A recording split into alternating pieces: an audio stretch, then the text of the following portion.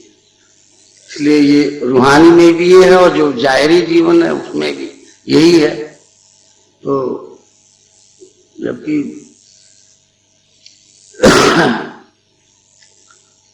یہی بتایا یہاں تک یاد آ رہا ہے، یہی سب ہے۔ وہ حضرت باجی بستانی کے کیا واقعہ تھے؟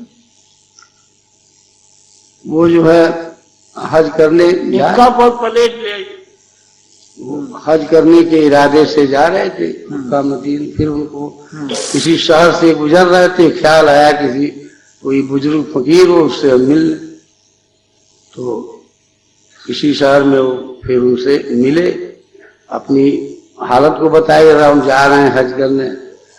تو انہوں نے بتایا فقیر نے کہ بھائی اینٹ پتھر اور چونا کو کیا کرو گے، ہمارے ساتھ پھیرے لگا لو اور جو تمہارے پاس ہوں دینار وغیرہ ہم کو دے دو، ہمارے بچوں کے کام آئے گا، اور تم نے کعبہ پا لیا، میرے ساتھ چکر لگاؤ، سب کچھ پا لیا تم یہ، اور وہاں کچھ نہ پاؤ گے تم وہاں جاؤ گے۔